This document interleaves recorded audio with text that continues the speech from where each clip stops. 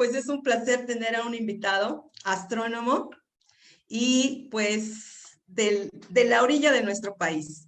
Entonces, hoy tenemos como invitado a Joaquín Bohigas, y me voy a permitir empezar leyéndoles un poquito de su trayectoria. Joaquín Bohigas es un astrónomo profesional formado en la Universidad Nacional Autónoma de México y la Universidad de Oxford.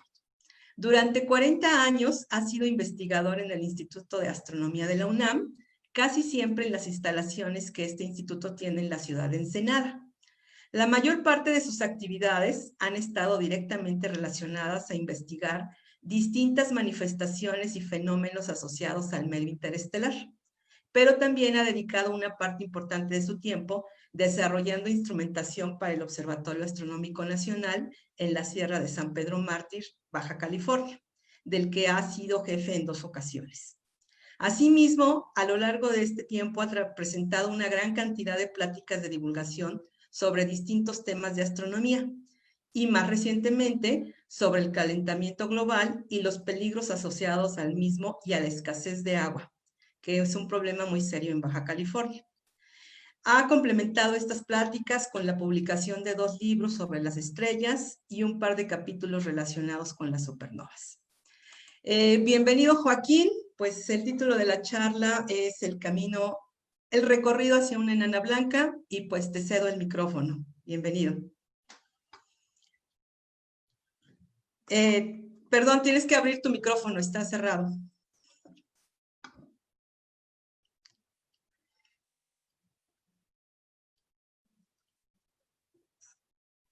A ver, nada más ahí activas tu micrófono para poder... Ya ahí lo está, tengo. perfecto. Sí, ya lo tienes. Pues muchísimas gracias por la invitación, muchas gracias a todos los asistentes. Efectivamente estoy aquí en el extremo oriental de nuestra querida patria, en un horario un poquito más de tarde que ustedes, entonces voy a dormirme después de lo que ustedes están ya cansados.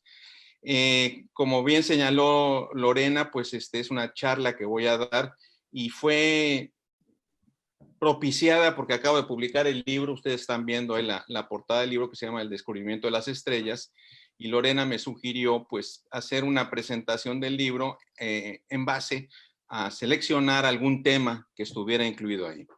Y entonces uno de los temas que están incluidos es, por supuesto, el recorrido de las enanas blancas, o sea, cómo se forman, cómo evolucionan, en qué consiste una estrella que después deviene en enana blanca. Entonces, ya. Bueno, aquí está, ese es el título de la plática, y realmente va a ser una plática en gran medida que va a ser estructura y evolución estelar, y en eso voy a hacer el recorrido que lleva una estrella a convertirse en una enana blanca. Como les señalaba, estoy en Ensenada, en Baja California, y tenemos el Observatorio Astronómico Nacional en la Sierra de San Pedro Mártir. Esta es una foto del observatorio, supongo que ven el ratoncito, para los que no lo conocen, este es el telescopio de 2 metros, este es el telescopio de 84 pulgadas, y aquí está el telescopio de 1,5 metros. Esta cosa azul de aquí es la cabaña en donde íbamos los astrónomos en 1975. Fue la primera noche que pasé en San Pedro, la pasé en esta cabaña. Y esta foto incluye 2 cosas que ya desaparecieron. Era cuando vinieron las personas del proyecto del 30 metros y las personas del proyecto del LSCT, el telescopio Vera Rubin, que tenían pues como a San Pedro Mártir como uno de los sitios potenciales. Desafortunadamente no, perdimos ambos concursos. No esperábamos ganar el de 30 metros, el del otro sí había más esperanzas. Actualmente el observatorio, ya estas torres no están, y aquí hay muchos pequeños telescopios. Por acá hay otro proyecto que se llama TAOS, que está dedicado o va a dedicarse más bien, a buscar objetos lejanos y de bajo brillo superficial en el sistema solar. Entonces paso adelante. Entonces el tema... Perdón. El tema de la plática es, pues, de qué están hechas las estrellas, cómo se formaron, y naturalmente una pregunta es si son eternas. Oye, Lore, hay un letrero aquí de Lorena Arias que está en medio de la presentación, ¿me lo podrías quitar? No lo veo. En la pantalla no se ve, pero no sé cuál es. A ver, ya lo quité yo. Ah, ok. Ya está, ya estuvo. Entonces, bueno, vamos a empezar. El libro, no lo he dicho, pero el libro está enfocado a describir lo que actualmente sabemos de las estrellas, y para hacer esta descripción lo que utilizo es un relato histórico para irles mostrando cuál es la forma como se fue avanzando en el conocimiento acerca de estos objetos, ¿no? Entonces, naturalmente tengo que empezar haciéndome la pregunta que se hicieron con toda certeza nuestros antepasados hace mucho, que es: ¿de qué están hechas las estrellas? ¿Cómo se formaron? ¿Cómo son?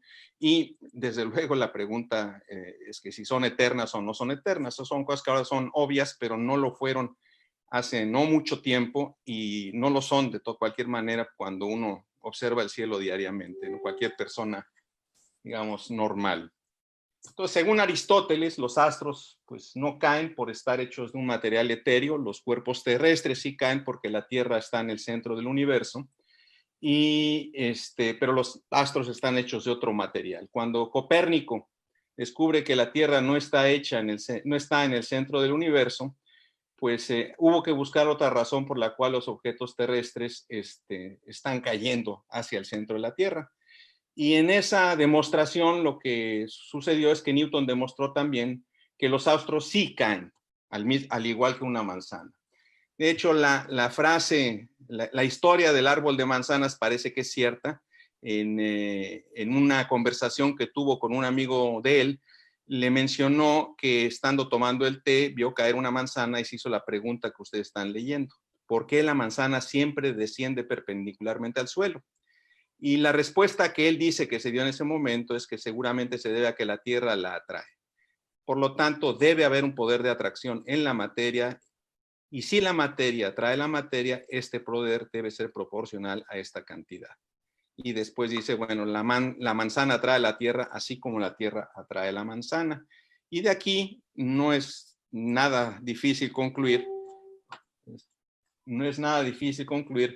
que si la materia atrae la materia, es la razón por la que se forman planetas y estrellas. Y aunque Newton no discutió demasiado sobre el problema de formación planetaria y estelar, sorprendentemente, hubo otros que de inmediato lo hicieron, y bueno, no tan de inmediato, medio siglo después lo hicieron, y estoy hablando de estoy hablando esencialmente de Immanuel Kant. Unos 5 años antes, Thomas Wright presentó lo que ven ustedes, esa imagen es el primer mapa estelar que se conoce, digamos, de tipo científico. No estoy hablando de los mapas estelares de los babilonios o de los árabes, sino un mapa estelar con fines científicos, en el cual muestra que la distribución de estrellas en nuestra galaxia es un disco. Y en base a esto, Immanuel Kant y Laplace, posteriormente, pues elaboraron su teoría de formación estelar. Pero la frase importante en este caso, es la de Kant, que dice que la creación del universo es un proceso gradual que ha requerido de millones de años y siglos, y en adelante miles de millones de siglos fluirán, durante los cuales seguirán formándose nuevos mundos y sistemas de mundos. La mayor parte de las personas conocen la obra filosófica de Kant. Era un filósofo muy reconocido, pero lo que se sabe menos es que su primer trabajo, su primera publicación, fue una publicación sobre astronomía que tiene un título que es algo así como La creación de las estrellas en base a los principios newtonianos. Entonces, sabemos desde entonces que las estrellas se forman por medio de la gravedad, y que la formación de sistemas planetarios y sistemas como nuestra galaxia son resultado combinado de la gravedad y la rotación. La rotación tiende a aplanarlo, la gravedad tiende a concentrar la materia hacia el centro. Por otro lado, Newton creía que las estrellas están hechas de materia de naturaleza luminosa, es decir, si era una materia que respondía a la fuerza de gravedad, pero era de una naturaleza distinta a la que forman los planetas, por ejemplo. Entonces, que era una especie de bolitas de luz, eran como pelotitas de colores que emitían las estrellas a cierta velocidad. Y esta creencia pues duró prácticamente hasta principios del siglo XIX, cuando una persona que se llama Fraunhofer, que fue un gran experimentalista, murió muy joven, como a los 40 años, inventó un aparato que se llama el espectrógrafo, que es una especie de prisma, pero que funciona con otro principio, el principio de interferometría. Son como rayar como los DVDs, ¿no? Si los expone al sol, ve que forman un arco iris, es exactamente el mismo principio. Y observó por una parte las lámparas de alcohol y tomaba su espectro, y después un buen día se le ocurrió tomar un espectro del sol, y lo que observó y dibujó, en un dibujo que yo todavía me apantalla de lo maravilloso que es que el espectro solar está plagado de líneas oscuras, como se puede ver por acá. Vio también que otras estrellas tenían más o menos el mismo espectro, que podía observar lo mismo en la Luna, pero no, como estaba él dedicado a la óptica y no a la astronomía, no persiguió este asunto. Lo que sí notó es que hay una línea oscura en el Sol, que es la que estoy señalando con esta flechita, que aparece como una línea brillante en el Sol. Aquí es una sombra. En el caso de la lámpara de sodio aparece como una línea brillante. Y esto pues era una cosa que era una especie de pista que les dio a los físicos del siglo XIX para entender qué es lo que estaba ocurriendo. Y el que lo entendió fue el señor Kirchhoff más bien, que en 1860 publicó sus resultados. Y él lo que hizo fue, pues jugando en el laboratorio, pensó que si puso su espectrógrafo atrás de una lámpara incandescente y el sol estaba del otro lado. Entonces él pensaba que la línea oscura del sol se iba a anular con la línea brillante del sodio y iba a aparecer un continuo. Y para su sorpresa encontró que la línea oscura se oscureció aún más. Escribió de hecho que en la noche se fue un poco intrigado pensando que lo que había hecho era una tontería o bien que había hecho un descubrimiento sumamente importante, y lo que resultó es que sí, hizo un descubrimiento sumamente importante porque explicó este fenómeno diciendo que el gas de sodio que estaba en la lámpara estaba absorbiendo aún más la línea oscura que llegaba del sol, y por lo tanto el color, la sombra era aún más pronunciada. De ahí concluyó que el Sol tiene una atmósfera rica en sodio, es decir, por debajo de esa atmósfera emite un espectro que en todos los colores, un espectro continuo, decimos los astrónomos, y cuando la luz está atravesando la atmósfera es absorbida por los átomos de sodio que hay ahí. Y él dijo, y el mismo efecto debe ser observado en todas las demás líneas oscuras que hay aquí, que son muchísimas. Y se puso a identificar correspondencias químicas entre estas líneas oscuras y lo que se observa en la Tierra. Y al poco rato tenía ya identificadas líneas de hidrógeno, de sodio, de calcio, en fin, de oxígeno, de nitrógeno, de una cantidad enorme de elementos y moléculas.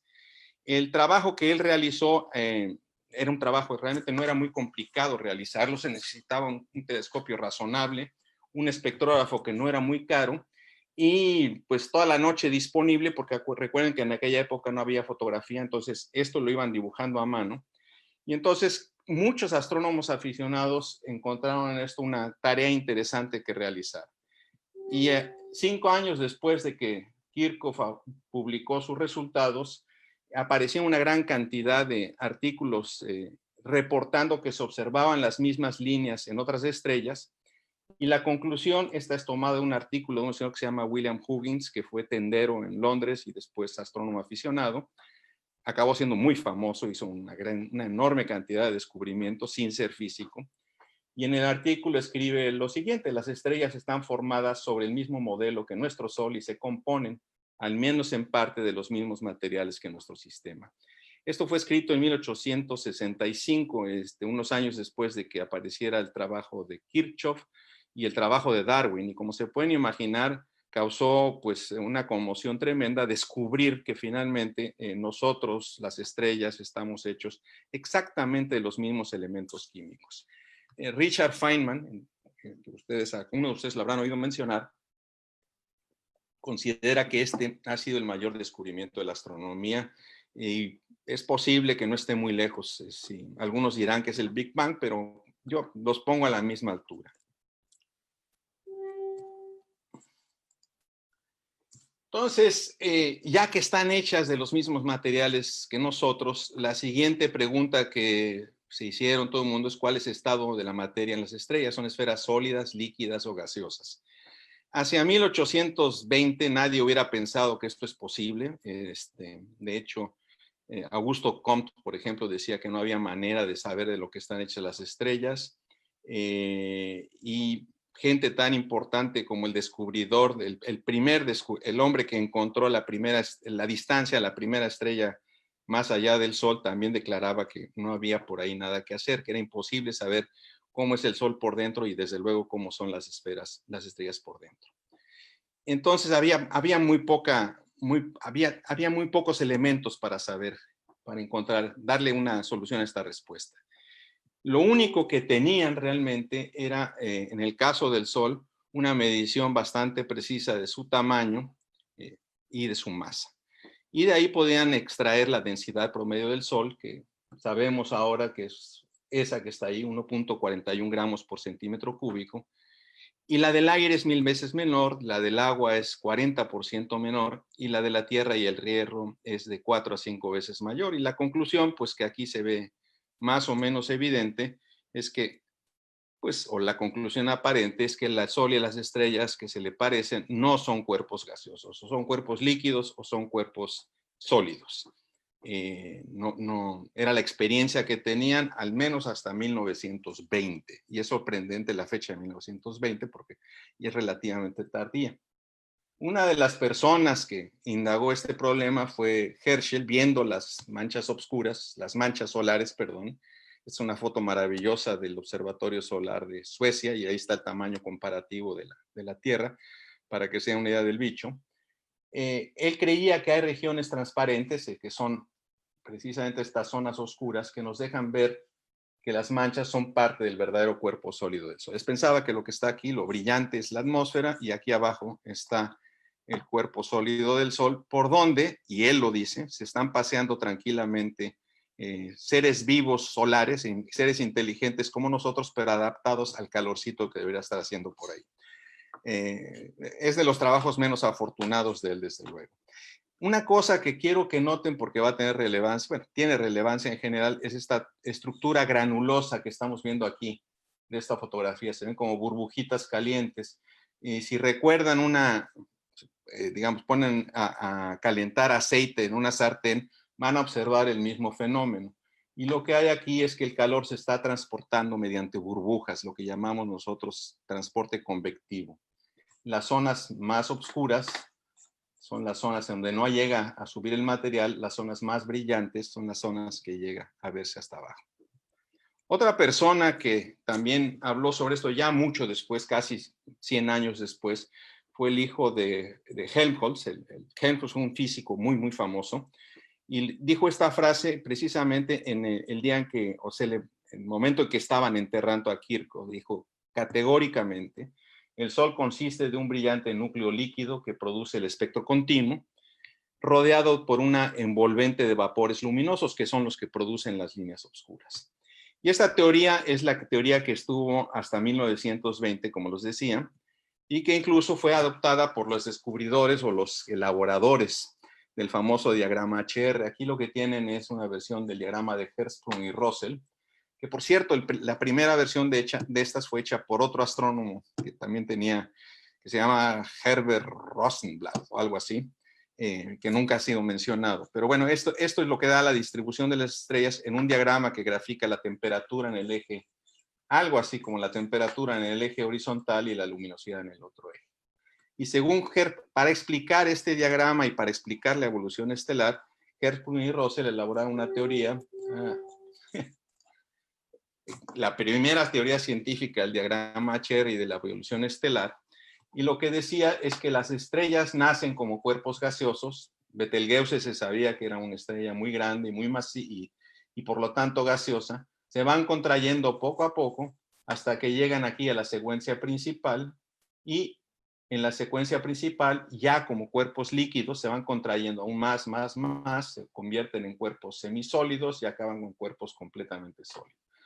De ahí viene además la nomenclatura de estrellas tempranas, que son las que están aquí, las primeras las de menor edad, digamos, y estrellas tardías, que son estas de acá, las de mayor edad. Entonces, una nomenclatura que conservamos, los astrónomos somos muy tradicionalistas, a veces no es muy bueno, y es curioso que esta nomenclatura haya surgido de una teoría completamente equivocada de lo que es la evolución estelar, como veremos después.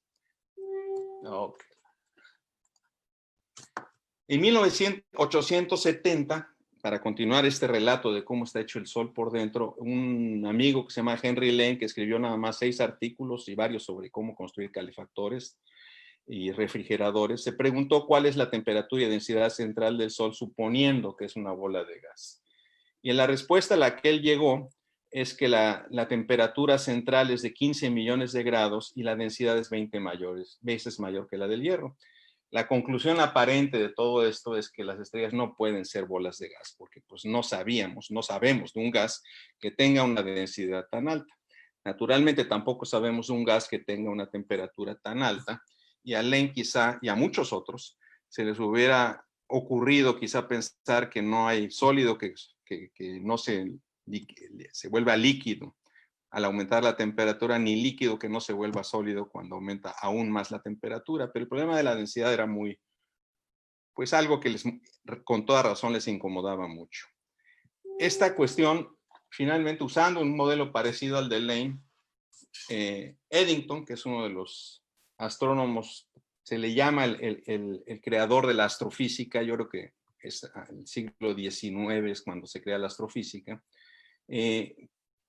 utilizó la teoría de Lane para tratar de ver qué resultaba con esta teoría y encontró una relación entre la masa y la luminosidad de las estrellas, que es la que se ajusta perfectamente a las estrellas de secuencia principal. Todas las estrellas que ustedes ven aquí son estrellas de esa línea diagonal. Y entonces a él lo que le llamó la atención es que esta relación entre la masa y la luminosidad es la que se espera de una estrella perfectamente gaseosa. En conclusión, hasta 1924 fue que supimos que las estrellas son bolas de gas. Ahora, la pregunta naturalmente es qué bola de gas tiene una temperatura y una densidad tan alta, ¿no? Es tan denso como el platino. Y bueno, como les estaba diciendo, si empezamos a calentar una barra de hierro, pues se va a disolver. Si la seguimos calentando, se va a vaporizar. Si la seguimos calentando, las moléculas se van a empezar a separar. Si la seguimos calentando, esas moléculas ya separadas, esos átomos, van a perder electrones y lo que nos va a quedar finalmente es un enjambre de partículas muy chiquitas, de protones, átomos más pesados y electrones que se mueven libremente por el espacio. Es decir, va a quedar lo que nosotros llamamos desde 1930 un plasma. Y plasma es lo que observamos en el Sol. Todo esto que vemos aquí es el plasma. De hecho, lo que estamos viendo es las regiones del plasma en donde está un campo magnético. ¿Ok? Entonces, estos lazos que ven aquí es el plasma moviéndose por las líneas del campo magnético. Los plasmas son realmente cosas extraordinarias, son capaces de generar campos magnéticos y de interactuar con ellos, de seguirlos o forzarlos a reventarse de alguna manera, como podemos ver aquí en estas líneas abiertas. ¿De dónde saca esta alta densidad? Bueno, finalmente lo que estamos teniendo es que todos los electrones y los núcleos, de los átomos están viajando libremente por el espacio y cada uno de ellos son increíblemente chicos. De hecho, no se sabe cuál es el tamaño del electrón. Por lo tanto, podemos tener una densidad altísima porque las componentes de ese gas son muy, muy, muy pequeños. Entonces, esa es la explicación por la cual es tan alta la densidad.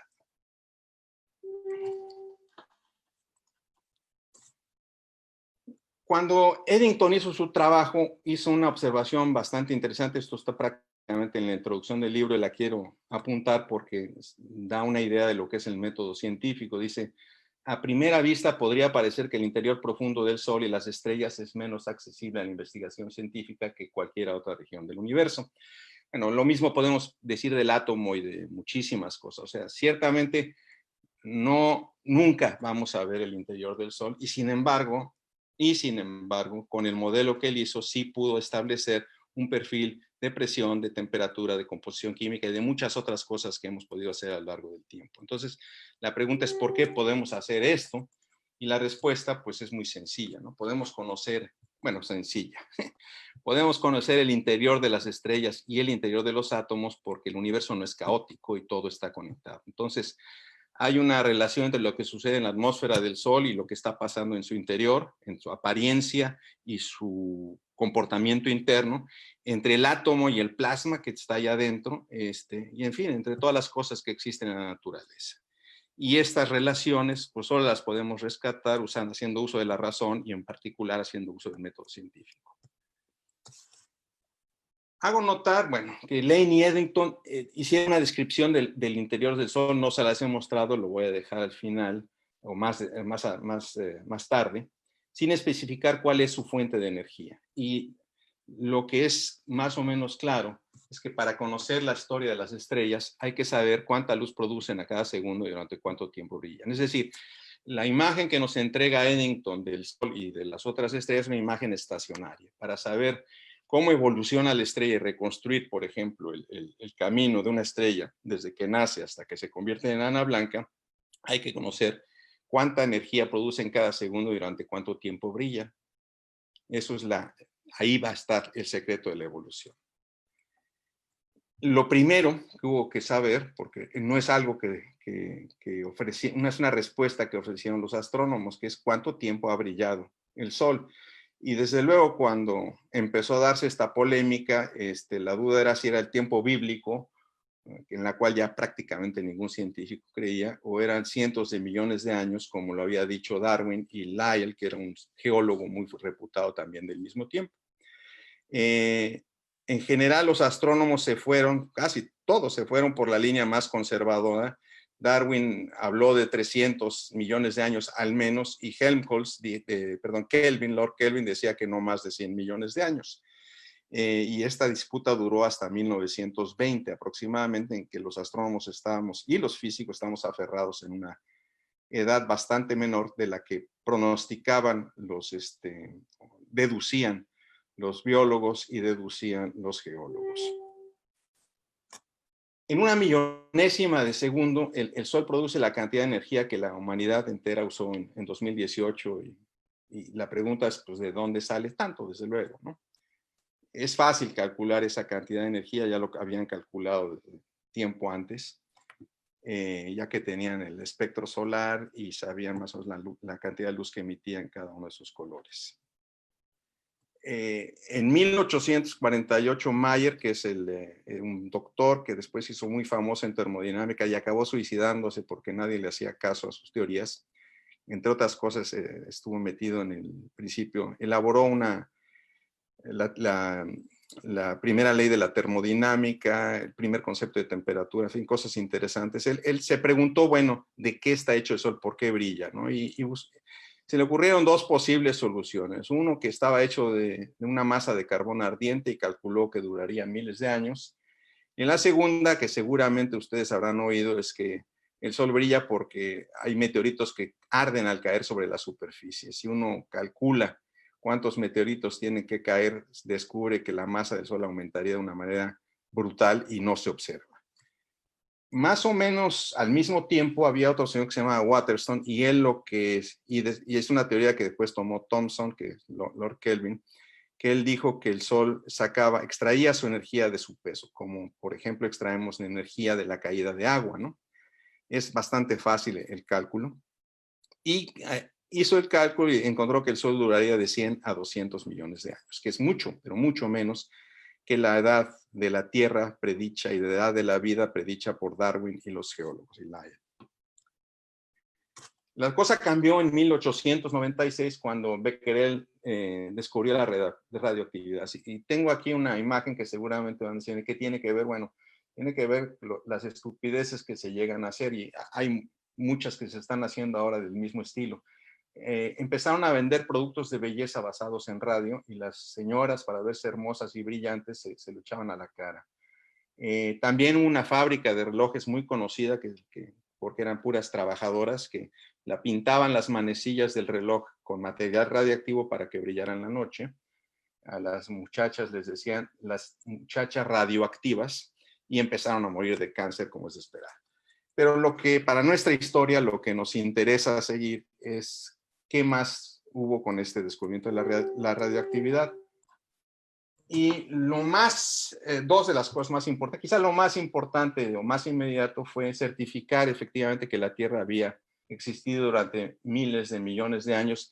La actividad radiactiva decae con el tiempo. Si uno mide la cantidad de material radiactivo que queda en cierto tipo de piedras, de uranio en particular, pues puede calcular cuánto tiempo ha estado esa piedra en la Tierra, ¿no? Y de esta manera, en 1911 apareció un artículo que claramente mostraba, aquí lo vemos en la gráfica, que la Tierra en este yacimiento que está a una profundidad de 330, algo, 300,000 pies, 1 kilómetro debajo de la Tierra, tiene una edad de 1,300 años, hay otra aquí por esta edad, en fin. Mediante la radioactividad pudieron darle una edad a la Tierra y la edad pues resultaba muchísimo, muchísimo mayor que la que manejaban los astrónomos. No podía ser de cientos de millones de años, sino de miles de millones de años. Y sin embargo, seguíamos sin saber cuál era esa fuente de energía, pero con el descubrimiento de la radioactividad empezamos a tener una idea que la respuesta debía ir por ahí, que la principal fuente de energía de las estrellas debe ser de origen atómico. Esta es la reacción que observó Becquerel. Esto es el diagrama que encontró Rutherford en 1911. Tenemos un núcleo de uranio que emite una partícula alfa. No sabía que era una partícula alfa, entonces le puso alfa. Decae en un compuesto que no sabía qué es, lo llama uranio X. Y de este decae en otro compuesto que tampoco sabía qué es, que le llama producto final. En el decaimiento de uranio X al producto final, hay emisión de dos partículas que tampoco saben qué son, que es una partícula beta y un rayo gamma. Hoy sabemos que el decaimiento de uranio este uranio se llama uranio 238, es decir, tiene en total 238 protones y neutrones, y decae en torio 234 y un átomo de helio, que sería la partícula alfa. Y este a su vez decae en este otro elemento que es proctinio, emite un rayo gamma, luz de muy alta energía. Ese rayo gamma tiene un nombre muy rimbombante, pero es luz de muy alta energía, y un electrón que sea el correspondiente a la partícula beta. Cuando uno considera la masa que hay en el compuesto original, uranio de 238, y lo compara con la masa, la suma de las masas de estos dos elementos, uno puede ver que empiezas con una tonelada de uranio 238 y acabas con 999.98 kilos de torio 231 y helio 4. Y la pregunta, claro, es qué ocurrió con los 20 gramos faltantes. Probablemente bueno, la mayor parte de ustedes saben cuál es la respuesta, y la respuesta es el gordito porque esta es una foto de la época ahí cuando estaba en la oficina de patentes de Ginebra. Albert Einstein en 1905 publica su famosa ecuación que relaciona la energía con la masa. No está escrita exactamente así, pero el significado es el mismo. Dice, si tengo una cantidad de masa dada, si la multiplico por la velocidad de la luz al cuadrado, obtengo una cantidad de energía dada también. Como la velocidad de la luz es un número enorme, una pequeña cantidad de masa me produce una enorme cantidad de energía. Tan así que pues lo que resulta es que podemos construir una bomba que consuma muy poco uranio, en este caso 235 fue el que usó en Hiroshima, y destruya completamente una ciudad. Entonces, ¿el uranio radioactivo es la fuente de energía? Bueno, no lo es porque no existe, no hay uranio en el Sol, y aunque el Sol fuera completamente de uranio, no duraría más de 300 millones de años. Entonces, la fisión nuclear no es lo que mantiene el brillo del Sol. Eso se vio rápidamente. En 1915, un par de químicos que se llaman Harkins y Wilson, encontraron o escribieron que si el helio está hecho de 4 átomos de hidrógeno, en su formación de masa, la masa debe haber disminuido 0.77%. Es decir, que una tonelada de hidrógeno, de átomos de hidrógeno, me daría 993 kilos de helio 4.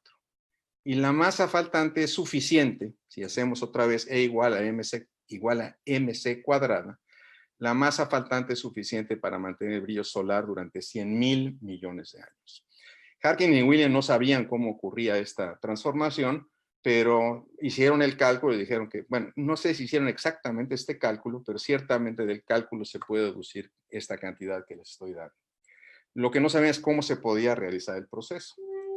Lo único que mencionaron es que la fusión nuclear es la fuente de energía si los átomos de hidrógeno se acercan hasta formar un nuevo sistema.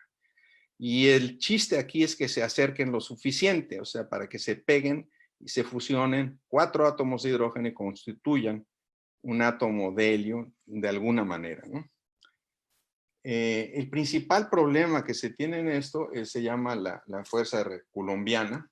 Debido a su carga eléctrica, los protones tienen carga positiva, los átomos de hidrógeno, perdón, que les llamamos protones, tienen carga positiva, y por lo tanto hay una fuerza de repulsión entre los protones y esa fuerza aumenta al disminuir la distancia. Si la distancia se disminuye a la mitad, la fuerza aumenta 4 veces y así sucesivamente. Entonces, conforme se van acercando, mayor y mayor y mayor y mayor es la fuerza y por lo tanto necesita moverse más y más y más rápido para poder llegarse a pegar. La imagen que les quiero presentar es, imaginen que vienen en un bolchito y van a ir de vacaciones aquí a esta maravillosa villa encantada en algún lugar en el fondo de un volcán. Y bueno, lo que hay que hacer en este viaje es llegar hasta la cima y después tirarse en un paracaídas para caer acá. Y la pregunta es, ¿qué velocidad necesita tener este carro para llegar a esta cima? Y supongamos que esta cima es precisamente la cima a la que tiene que llegar el protón para conectarse con el otro. Y la respuesta es que necesita una velocidad del protón de 17,000 kilómetros por segundo. Esa velocidad es la velocidad promedio de un gas que tiene una temperatura de 17,000 millones de grados. O sea, es una temperatura gigantesca. Si el Sol estuviera a esa temperatura, todos los protones hubieran llegado hasta arriba, hubieran caído, se hubiera realizado la fusión nuclear en un santiamén y nosotros no estaríamos aquí. El universo se hubiera acabado instantáneamente, pero no es la temperatura del Sol la que tenemos ahí y es la razón por la cual todavía subsistimos. La temperatura que tenemos en el centro del Sol, como les señalé con los cálculos del señor Lane, es de 15 millones de grados en el centro y si, digamos, consideramos el tamaño en escala de bolchito, esto significa que a lo mucho nos acercaríamos a una distancia de 50 kilómetros a la cima. Desde luego habría partículas o como es un gas, habría bolchitos que se mueven más rápido y otros que se mueven más lento. Casi no llegaría ningún bolchito rápido aquí arriba. La mayoría estarían llegando acá o para abajo o por acá, pero no llegaría. Entonces, ¿cuál es el truco? ¿Cómo es que se puede realizar la fusión nuclear a pesar de que el gas que está dentro del Sol no tiene la energía suficiente como para que los protones se peguen y después otras cosas? Entonces, casi ningún protón logra llegar a la cima. Entonces, ¿hay alguna manera de atravesar esta barrera? ¿Existe un túnel? Y la respuesta es sí. De hecho, la explicación del túnel proviene antes de... En fin, ahorita perdón. Heisenberg en 1927, y ustedes seguramente lo han oído mencionar, habló del principio de incertidumbre, en el cual lo que se establece es que no puedes establecer con precisión cuál es la velocidad y la posición de una partícula simultáneamente. Lo más que puedes hacer es la probabilidad de que tenga cierta velocidad y cierta posición. Si nosotros viviéramos en el mundo cuántico y tuviéramos un partido de fútbol, a la hora que estamos pegándole a la pelota, no sabemos si la pelota va a estar donde creemos que está o ya se movió un poco a la derecha, si se va a ir a la meta contraria o a mi meta, e incluso si se va a ir para abajo y va a atravesar el pasto. Eso es lo que hay. Hay una probabilidad finita de estar en cualquier lado y de tener cualquier velocidad. Y esa es la manera en la cual Gamow explicó la fisión de materiales radioactivos. O sea, él ve el átomo de helio atrapado en el núcleo de uranio 238, pero con la probabilidad, es posible que pueda salir de esa barrera, atravesarla y quedar del otro lado. De la misma manera, los señores que estoy diciendo, Atkinson y Huttermans, explicaron la fusión de las estrellas. existe un túnel que pueden atravesar los protones, muy pocos, y ese túnel es el que, gracias a ese túnel, es que se puede producir la fusión nuclear. El dibujo que está aquí, pues es una caricatura, obviamente, en el cual William Tell está totalmente desconcertado que la flecha pueda atravesar el blanco que tiene ahí enfrente. Y es más o menos la reacción que yo creo que hemos tenido todos los estudiantes de física cuando nos han contado sobre Heisenberg. Yo en particular me acuerdo de mi profesor que estaba dando clases esto en la preparatoria y empezó a pegarle a la base del escritorio y aunque no lo crean, existe la posibilidad que mi mano atraviese el escritorio. Y la reacción de varios de nosotros, que muchos acabamos en la carrera de física, fue entre no me friegues y caray. Y la verdad es que sí, es lo que sucede, ¿no? La mecánica cuántica, como también decía Feynman, es una teoría de lo más extraño, y incluso Feynman decía que el que cree que la entiende no entiende nada de la mecánica cuántica. Entonces no hay que decir mucho más, excepto que ha sido fundamental para que comprendamos las estrellas y para que hagamos muchas otras cosas, como lo que estamos haciendo ahorita, ¿no? Entonces, este es el efecto cuántico. Aquí está un protón, se encuentra la barrera y de alguna manera atraviesa aquí. La probabilidad es esta altura de esta onda, si ustedes quieren, se queda aquí atrapado y atraviesa esto. Recientemente, de hecho, hace 2 semanas más o menos, midieron el efecto túnel, cuánto tiempo tarda una partícula en atravesar el túnel en un experimento particular, lo cual me dejó completamente apantallado. Ni siquiera podía imaginar que podían medir este efecto. Es bastante simpático el experimento. Entonces, debido al efecto túnel, solo traspasa esta barrera, llega al otro lado de la barrera, una pequeñísima fracción de protones, y esto es suficiente para que sostener el peso y el brillo del Sol durante miles de millones de años. Entonces, la vida, increíblemente, depende del efecto túnel. O sea, si no existiera el efecto túnel y todos los protones se hubieran recombinado en un instante, no estaríamos aquí. Entonces, estamos aquí porque ha tomado mucho tiempo para que, o sea, el Sol se ha conservado brillando durante mucho tiempo gracias a que la tasa de fusión nuclear es extraordinariamente pausada por el efecto túnel. Entonces, ¿qué definimos como secuencia principal? La que acaban de ver ahí. Bueno, mi definición es una definición química, si ustedes quieren, de química nuclear, y es esencialmente que es la fase en la cual las estrellas convierten 4 núcleos de hidrógeno en un núcleo de helio 4. El núcleo de helio 4 consiste, por cierto, de 2 protones y 2 neutrones. Los neutrones son partículas más o menos de la misma masa que el protón, pero sin carga, y no pueden existir en el espacio libremente, tienen que estar metidos dentro del núcleo atómico. La Bethe y Weizsäcker elaboraron una primera cadena de reacciones nucleares para explicar cómo se produce esta situación. Bethe era un medio judío, medio protestante alemán que fue a dar a Alemania, y Weizsäcker era hijo del ministro de Relaciones Exteriores de Hitler. Él participó en la construcción en el proyecto de construcción de la bomba atómica en Alemania, y él en la de Estados Unidos. Posteriormente los dos se volvieron pacifistas, pero de momento pues sí estaban tirándose de balazos. Entonces, el ciclo que están viendo aquí les llamamos ciclo PP porque involucra protones. Estos son protones, que es igual a un átomo de hidrógeno. Y como pueden ver, hay una primera etapa en que se juntan 2 protones, se atraviesan con el efecto túnel 2 protones, y como resultado de eso producen un neutrino, y esto es importante, y un positrón. Un positrón es la antipartícula del electrón, es un electrón de carga positiva, si quieren. Pero los neutrinos son aquí importantes porque estos se viajan libremente y son la principal pista para descubrir qué es lo que está ocurriendo en el interior del Sol. Posteriormente ya viene una serie de reacciones. Aquí en esta reacción se forma este átomo, pues aquí queda un neutrón debido a que esto se fue, y hasta que finalmente tenemos el helio 4 y lo que sigue.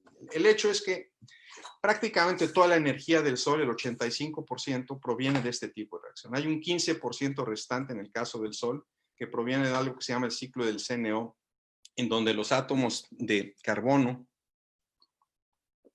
nitrógeno y oxígeno sirven como mediadores para empezar con esto y acabar con esto, pero nada más como mediadores. Entonces, como les decía, los neutrinos son la principal pista, la evidencia de lo que está ocurriendo en el Sol, y por lo tanto lo que necesitamos son observatorios de neutrinos para que nos digan cuántos neutrinos estamos recibiendo del Sol.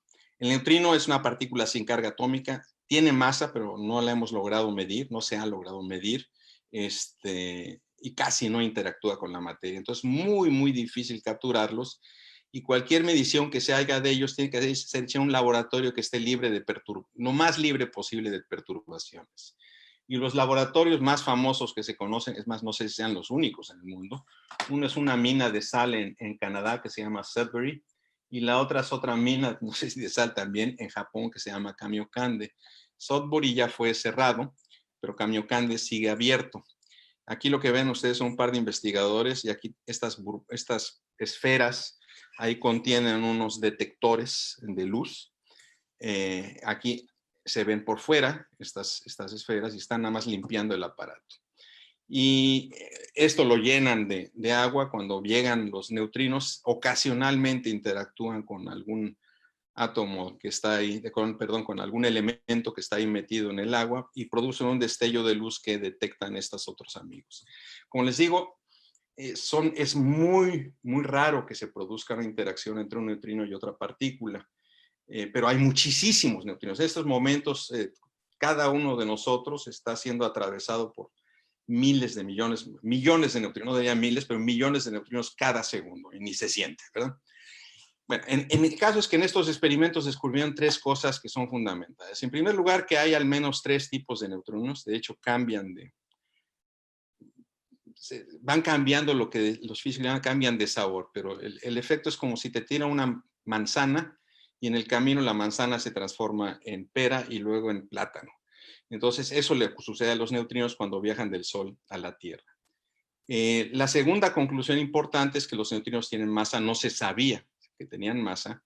Y la que nos interesa más a nosotros es que la cantidad de neutrinos predicha por el modelo solar es igual a la que se ha medido en los observatorios de Sudbury y Kamiokande. Entonces, es una comprobación de que esas reacciones nucleares están ocurriendo.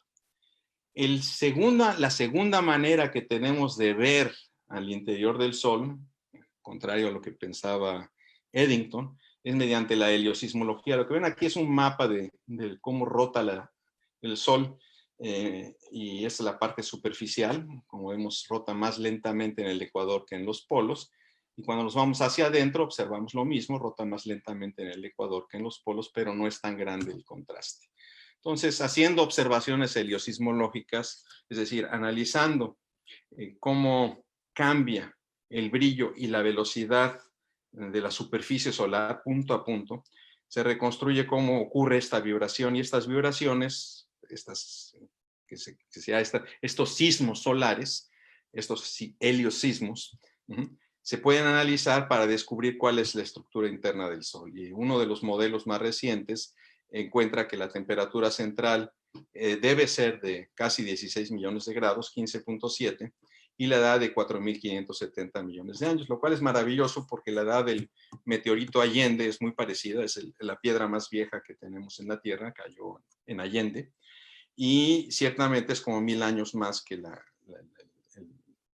el fósil más antiguo que hemos podido rescatar. Entonces, la biología, la geología y ahora sí la astronomía, estamos de acuerdo en que esta es la edad que tiene el Sol y nuestro sistema solar. Pero costó 150 años para concluirlo. Y este es el interior del Sol según la teoría más moderna. Entonces tenemos en el centro, el núcleo que llamamos, la temperatura alcanza 15 millones de grados, la densidad es de 150 partículas por centímetro cúbico, y conforme nos vamos alejando, disminuye la temperatura y disminuye la densidad. Ya más o menos a que sería una quinta parte de la distancia que hay a la superficie que está aquí arriba, la temperatura ya descendió a 7 millones de grados, otro tanto a 2 millones y después en la fotosfera alcanza su valor más bajo, que son 5.700 grados, es la parte más brillante del Sol. La cromósfera vuelve a subir, es menos densa y menos brillante, y finalmente tenemos la corona. Aquí hay 3 zonas que son importantes. Esta es la zona donde ocurren las reacciones de fusión nuclear, más o menos hasta acá. Lo que llamo zona radiativa es cómo se transporta la energía. En este caso se transporta mediante la luz, mediante fotones. Y después lo que llamo zona convectiva es que la energía se transporta mediante burbujas, como las que les mostré en la fotografía. Los neutrinos, que son esta cosita de color verde aquí, son producidos en el centro y salen como si nada. Nada los atrapa, nada los detiene, o casi nada los detiene, y están a la superficie luego. Mientras que los fotones, la radiación es dispersada continuamente, y lo que se produce, digamos, suponiendo que el mismo fotón sobreviviera, tardaría cerca de 1 millón de años en llegar hasta nosotros. O sea, hay muchos, muchos accidentes aquí. Es como un borrachito que está topándose con los faroles a las altas horas de la madrugada. Tarda mucho tiempo en llegar, mientras que el neutrino es bastante más sobrio. Entonces, esto es pues la imagen que tienen ustedes, es lo que hoy llamamos el modelo estándar del Sol, que como sabemos el Sol va a convertirse en una enana blanca dentro de aproximadamente 5.000 millones de años, un poquito más, 6.000, 7.000.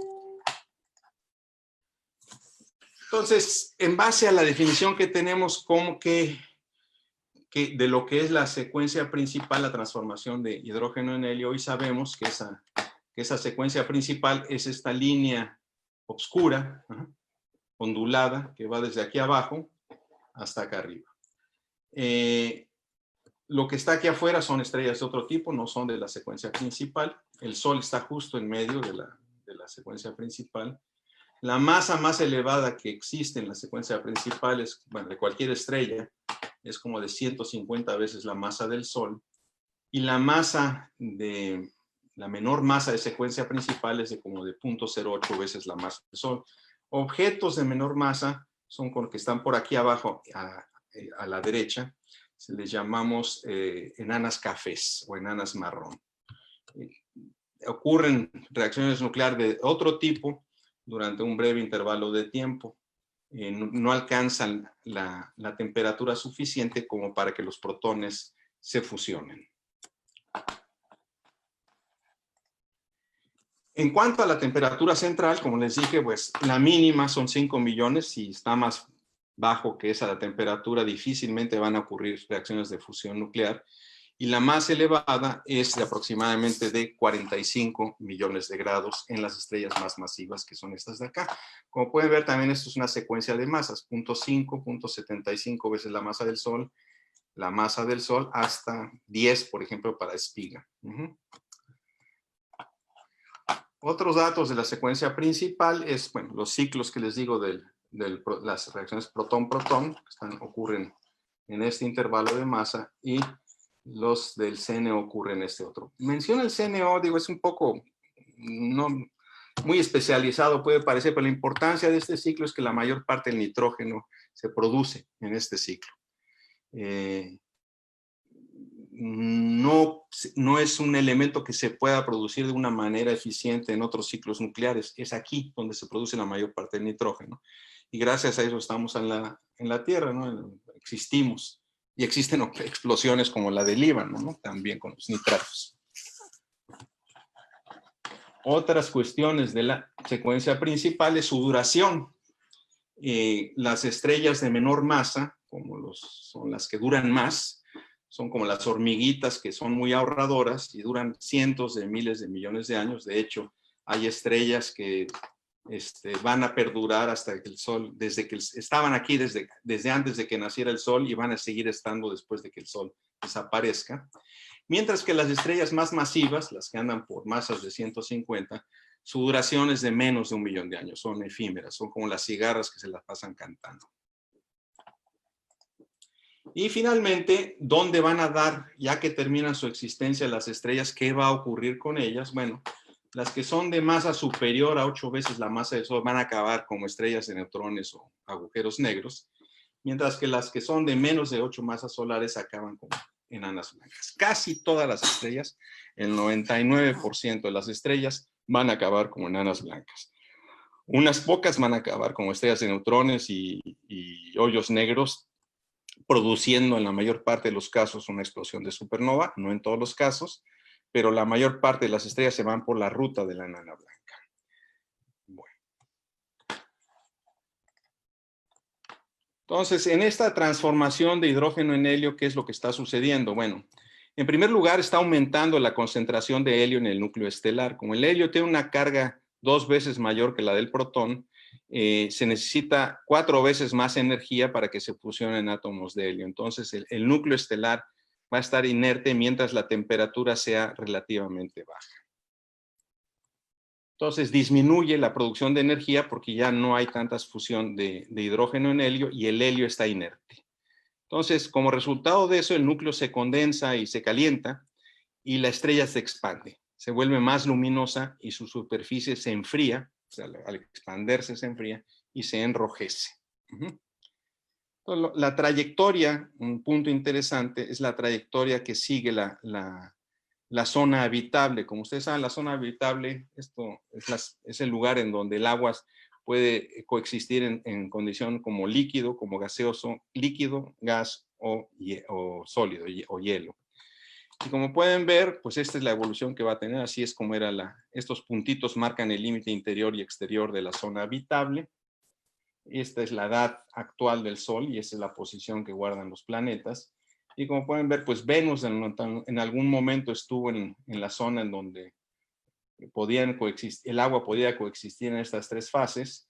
Marte apenas entró a la zona habitable hace unos 1000 millones de años.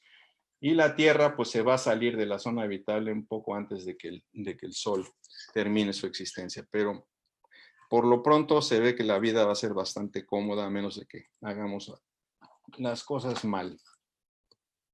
Entonces, eventualmente la estrella, como les dije, se expande, se enfría, se vuelve más luminosa y se convierte en una gigante roja. Y la estrella adquiere la estructura característica de una gigante roja, que es la que vemos aquí.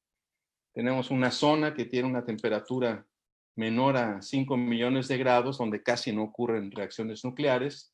Tenemos otra zona intermedia, en donde la temperatura excede los 5 millones de grados y hay fusión de hidrógeno. Los átomos de hidrógeno que se fusionan aquí se convierten en helio y el helio va a dar a la zona central, en donde la temperatura es menor a 150 millones de grados. Digo 150 millones de grados porque hasta esa temperatura el helio no se fusiona, el núcleo es un núcleo inerte de helio. Y esta estructura va a permanecer en las estrellas que son más o menos la mitad, que tienen la masa más o menos la mitad del Sol, nunca van a cambiar, van a ser siempre así. El núcleo va a crecer, va a aumentar de tamaño, pero la estrella no va a ir más allá de la fase de secuencia principal, más allá de la fusión de hidrógeno en helio. Las estrellas más masivas, en cambio, sí van a ir más allá de eso. Como podemos ver en esto, hay unas etapas posteriores a la secuencia principal y aquí les dibujé el diagrama HR de 4 cúmulos. Son cúmulos abiertos, se llaman las Pléyades, el pesebre, no sé qué apodo tiene, y esto de aquí es un cúmulo globular, son preciosos, son a mi juicio los objetos más bonitos que se pueden ver a través del telescopio, son realmente espectaculares, enjambres de 100,000, 1,000,000 de estrellas. Y lo que pueden ver es que el cúmulo más joven de edad, que tiene apenas 100 millones de años, que es las Pléyades, pues apenas está desarrollando están empezando a aparecer estrellas gigantes. Un cúmulo más grande como es el de Pesebre ya está más desarrollado. Y conforme va pasando el tiempo, van apareciendo distintas etapas de evolución en las estrellas. Entonces tenemos en este cúmulo, que tiene casi la edad del universo, aquí están las estrellas gigantes y después hay unas que se llaman supergigantes. Entonces por ahí va a estar el trazado evolutivo de las estrellas en etapas posteriores. Y cada etapa que vemos ahí se caracteriza por los elementos que participan en las reacciones de fusión nuclear. Así como la secuencia principal se caracterizó por la combustión o la fusión de hidrógeno en helio, las etapas subsecuentes se van a caracterizar por la fusión de otros elementos. Y de hecho, cualquier elemento, con tal de que sea menos pesado que el hierro, puede contribuir a la energía con la cual se sostiene el peso de la estrella. Puede ser el helio. El helio, desde luego, es el siguiente: carbono, nitrógeno, oxígeno, neón, etcétera, etcétera, etcétera. Y hay una serie de reacciones nucleares que se establecieron desde 1970, casi todas ellas, de hecho, con un señor que se llama Fred Hoyle, que algunos de ustedes quizá habrán leído alguna novela de ciencia ficción de él, y después trabajo sobre que la gripa proviene de los cometas. Una locura que le dio, pero bueno. Pero un tipo realmente genial. Entonces, este cuate y otras dos personas, Margaret y Jeffrey Burbage, y un premio Nobel, ahorita se me fue el nombre, miren qué importante es, elaboraron esta teoría, y estas son las reacciones de fusión nuclear que sucede en una estrella. En este caso es una estrella, me parece que de 20 veces la masa del Sol, todas las reacciones nucleares que ocurren, la duración de cada una de las etapas, la temperatura a la cual se realiza y las etapas en sí mismas. Naturalmente, a mayor carga eléctrica, como la del helio, pues es mayor la temperatura que se necesita para que ocurra la fusión. Entonces, la temperatura va aumentando en esta dirección porque la carga de los elementos que participan en la fusión nuclear va también en aumento. Entonces pasa de 40 millones de grados a lo mucho en secuencia principal hasta 3.000 millones de grados en la última etapa de fusión nuclear, que es cuando queda todo. El último elemento que se forma es el hierro. El hierro no produce energía fusionándose. Entonces, esta es más o menos todas las reacciones nucleares que ocurren en una estrella masiva, pero en estrellas menos masivas no se dan todas esas reacciones. En las enanas blancas se pueden dar de aquí hasta acá, es decir, una estrella que se convierte en enana blanca no va a producir magnesio, azufre, ni hierro, ni nada que se le parezca. A lo sumo va a producir neón, pero va a producir una cantidad sustancial de elementos que son vitales para la vida. Cuando estamos hablando de estrellas más masivas, o sea, de estrellas que tengan más de 8 veces la masa del Sol, entonces todas las reacciones se producen. Entonces todos los elementos químicos son producidos por estrellas masivas, pero no todos en el caso de las estrellas de menor masa. Eventualmente las estrellas de menor masa, estoy regresando al caso de las que terminan como enana blanca, que tiene una masa que es de 2 a 2,5 veces la masa del Sol. Perdóneme que no use el Sol en este caso, pero es más interesante van a adquirir una estructura parecida a esta. Entonces, van a tener nuevamente una envolvente externa que va a tener una temperatura menor a 5 millones de grados, entonces no van a producirse reacciones nucleares. Una zona intermedia en donde va a haber fusión de hidrógeno aquí, y los átomos de hidrógeno que se fusionen van a dar aquí a una capa intermedia donde va a estar constituida esencialmente de helio, y en estas estrellas la temperatura de esta capa va a estar por encima de los 150 millones de grados, entonces va a ocurrir la fusión de helio y va a producir carbono, oxígeno, esencialmente esos dos elementos. Y va a tener un núcleo en donde la temperatura no va a ser mayor que 200 millones de grados, pero va a ser rico en carbono y oxígeno. Entonces, estos no van a fusionarse. Este se fusiona para producir carbono, este se fusiona para producir helio, y este nomás está mirando.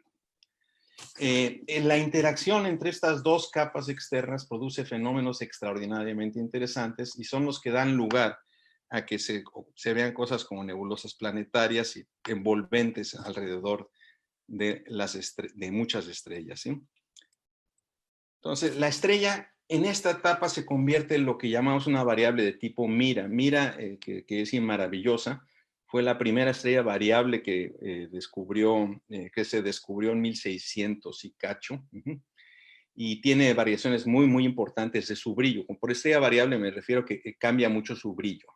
El brillo puede cambiar por dos razones. Puede cambiar porque la superficie estelar aumenta mucho, o porque la temperatura aumenta mucho. En este caso, lo que cuenta más es el cambio de tamaño.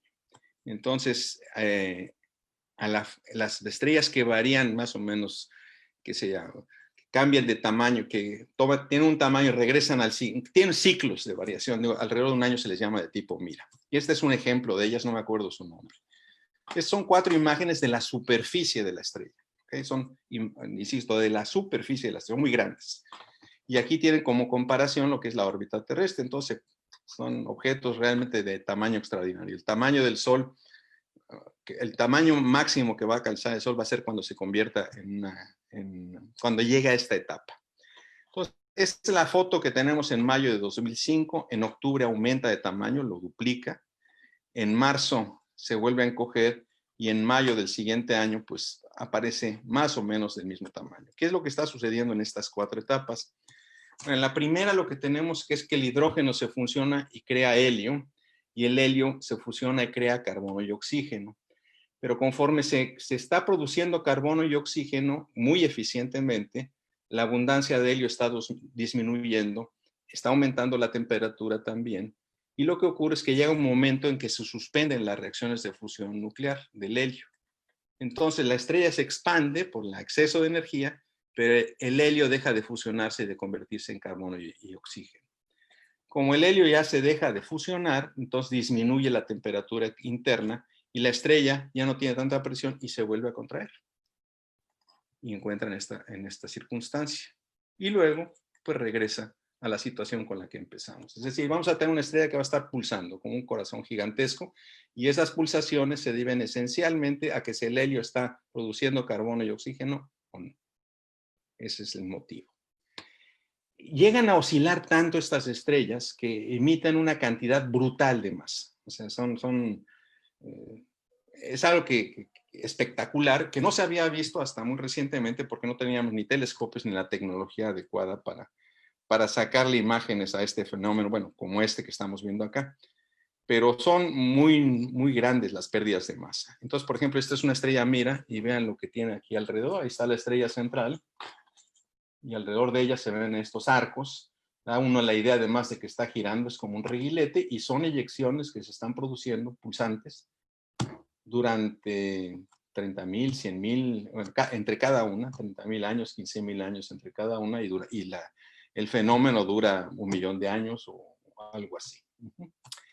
La más espectacular, a mi juicio, es la propia estrella Mira. Hace mucho tiempo lanzaron un satélite artificial para observar galaxias en el espectro ultravioleta, en luz ultravioleta. Y para probar su equipo se les ocurrió tomarle una imagen a Mira, y esto es lo que encontraron. Entonces, esta es Mira. Lo que ven aquí en la puntita es la estrella Mira, y como pueden ver hay como un frente de choque delante, una cauda que le precede, y después está toda esta cauda. Esto de aquí es producido porque Mira se está moviendo supersónicamente con respecto al medio que tiene afuera. Son como los cometas que se mueven en el medio, en el sistema solar, están chocando con el viento solar y generan este frente de choque que les llamamos, y atrás está la cauda. La cauda es producida en el caso de los cometas porque el material está siendo evaporado por el Sol. En el caso de Mira, el material es producido por la propia estrella, lo expulsa y lo va mandando y lo va dejando atrás. Y cuando uno sigue esto, pues creo que esto tiene una duración como de 130,000 años, y el periodo, y entre cada uno de los periodos, han calculado los periodos de oscilación son como de 10,000 años, que coincide con las teorías que se tienen sobre cómo funcionan esas estrellas en esta etapa. Al cabo de mucho tiempo, estas estrellas, las estrellas de hasta 8 masas solares, han expulsado prácticamente todo su material. Se han quedado con menos o alrededor de una masa solar. Es decir, si empiezan con 8, acaban con una. Si empiezan con 5, acaban con una. Si empiezan con 1.5, acaban con una. O sea, es como un destino inevitable, y la verdad a mí me sigue pareciendo maravilloso que esta coincidencia. No acabo de entender por qué sucede así.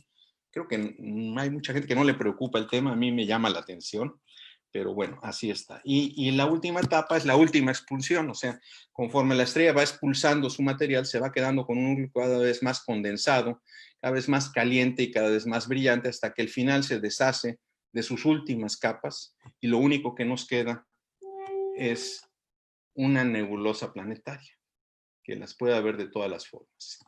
Aquí tienen 4 nebulosas planetarias. Esta se llama la del Esquimal, Por cierto, le van a cambiar de nombre. La NASA quiere cambiarle de nombre porque piensa que es una manera despectiva de referirse a los esquimales, que se deben llamar inuits. Así ha llegado la cosa. Pero aquí podemos ver 3 estrellas centrales, no de estas nebulosas planetarias, y son objetos extraordinariamente chiquitos y extraordinariamente calientes. Esta es la mariposa. No se observa la estrella central porque aquí hay un disco de gas muy denso, pero en todas las demás se ve claramente la estrella. Y como les digo, son estrellas extraordinariamente calientes y extraordinariamente densas. Son estrellas que eventualmente se convierten, no mucho después de que expulsan esta masa, en enanas blancas. Estas estrellitas que vemos aquí. Entonces, ¿cómo son estas estrellas centrales de las nebulosas planetarias? Y de una vez, ¿cómo son los núcleos inertes de helio, carbono y oxígeno de estas estrellas? Recuerden que una vez que perdieron la fuente de energía por fusión de hidrógeno, por fusión de helio, hay que sostener el peso que tiene la estrella y si no hay algo que lo sostenga, la estrella se colapsa hasta convertirse en un agujero negro. Entonces, ¿qué es lo que sostiene a estas estrellas? Y entonces vámonos para saber esto, pues vamos a la enana blanca. Una de las primeras enanas blancas que se observó, de hecho la primera que se observó, que fue esta de acá, que es Sirio. La detectaron porque vieron el movimiento de Sirio en el plano, sobre el cielo, y vieron que tenía como oscilaciones, ondulaciones. Y la conclusión fue que debía haber una compañerita que la estaba jalando, que evitaba que se moviera en trayectoria recta, sino que la jaló un poquito para acá, después para allá, conforme daba vueltas. Y dijeron, bueno, no la vemos, pero ha de haber materia oscura en el universo. Es así tal cual lo dicen. Después ya se vio que no era materia oscura, es esta estrellita de aquí que se ve muy, muy poco brillante. Esto es una imagen en el óptico y esta es una imagen en rayos X. Como pueden ver, son más semejantes los brillos en rayos X que en el óptico. Y esto se debe a que la temperatura superficial de Sirio B es de 30.000 grados y las de Sirio A andan por ahí de 7.000, creo, una cosa así. Es mucho más baja. Entonces, midiendo el movimiento orbital, la temperatura y la luminosidad, pues podemos calcular muchas cosas. Y lo que calculamos es que la masa de Sirio B es casi igual a la del Sol y su tamaño es parecido al de la Tierra. Y eso significa que tiene una densidad bestial, una densidad pues comparable a varias manadas de elefantes. Perdón. Les llaman obviamente enanas blancas porque son muy pequeñas y muy calientes estas estrellas, ¿sí? Entonces, como les decía, pesa como 3 elefantes adultos. Entonces, la pregunta fue, desde 1910-15 que se supo de su existencia, es qué demonios sostiene el peso de estos objetos. Y nuevamente entra aquí la mecánica cuántica. Se llama el principio de exclusión de Pauli. Como lo de Heisenberg, no son cosas, son principios de la naturaleza, así funciona y ni hablar, no se deduce de ecuaciones, es una ley. Y lo que dice es que partículas como los electrones, protones, neutrones, etcétera, no se amontonan en la misma región del espacio cuando tienen las mismas propiedades físicas. A diferencia de por ejemplo, de la luz, de los fotones, que se pueden cruzar y no pasa nada y los puedes amontonar, es lo que hace un láser y no pasa nada, pero no sucede lo mismo con estas partículas. Entonces, se resisten a ocupar la misma región del espacio. Si ustedes quieren, es como si sucede en un gallinero, en donde los cajones de las gallinas están contadas, en un autobús hay un número contado también de boletos, y cada quien se sienta en su lugar, porque hay lugares discretamente distribuidos, ¿no? Cualquier lugar es un asiento para un pasajero, ¿sí? Otro ejemplo, a mí me encanta esta imagen, es porque pues, me recuerda mucho, creo que es un congreso del Partido Comunista, no, del Ejército Coreano, en donde evidentemente cada quien está en su lugar ahí ocupando. Entonces imaginen que esta es la estructura de una enana blanca y cada uno de estos señores es un electrón. Entonces esto da un lugar a una fuerza de resistencia a la compresión y da como resultado producida por la depresión de generación de los electrones o de los neutrones. Los neutrones son los que sostienen a una estrella del mismo nombre de neutrones. Y es la razón por la cual no se colapsan los átomos, ni los núcleos inertes de las estrellas, ni las estrellas de neutrones. Así, si no hubiera esto, los electrones podrían estar en cualquier posición y habría muchas consecuencias que ahorita no vale la pena discutir. Bueno, me tomaría mucho tiempo discutir. Hay una masa límite que ustedes han olvidado mencionar en el caso de la presión de degeneración de los electrones, que es le llaman la masa de Chandrasekhar, aunque no fue el primero en calcularla ni el único en calcularla. Y dicen que es 1.4 veces la masa del Sol, pero puede ser mayor o menor dependiendo de una serie de cosas adicionales. Entonces, ¿cuál es el recorrido finalmente de una nana blanca a lo largo de su existencia? Bueno, pues este es el recorrido, ya son trazas evolutivas completas, hechas con computadora, con 2 modelos de hecho. Pero digamos, si tenemos una estrella como el Sol, vemos que aumenta su luminosidad poco a poco, se enfría, se convierte en gigante, y después llega a supergigante. Aquí tiene una serie de estadios un poco esquizofrénicos, y finalmente llega a la etapa que les mostré, en donde empieza a expulsar su material, y por acá se convierte, eyecta, expulsa la materia, y se observa la nebulosa planetaria. Todos esos puntos corresponden a nebulosas planetarias. Y esa es la trayectoria con la estrella de 2,5 masas del Sol, y finalmente la temperatura aquí. Esto es la temperatura máxima que alcanza la nebulosa, la estrella central, puede ser hasta de 500,000 grados la temperatura superficial. Posteriormente, ya que llegan a su máxima temperatura, se empiezan a enfriar, enfriar, enfriar. Y lo que tenemos es que llega al estadio de nana blanca, que es por acá, y se sigue enfriando y se convierte eventualmente en una enana negra, por llamarlo de alguna manera. ¿Qué quiero decir por esto? Que cuando pasen miles de millones de años, si es que el universo dura, miles de millones de años, si es que el universo dura tanto, las partículas duran tanto, se convertirán en objetos que tendrán aproximadamente la misma temperatura que el medio que las rodea. Es decir, se perderán en el gran espacio oscuro que eventualmente, creo yo, se va a convertir en el universo. Ese sí es nuestro destino. Y creo que ya termino aquí. Muchas gracias.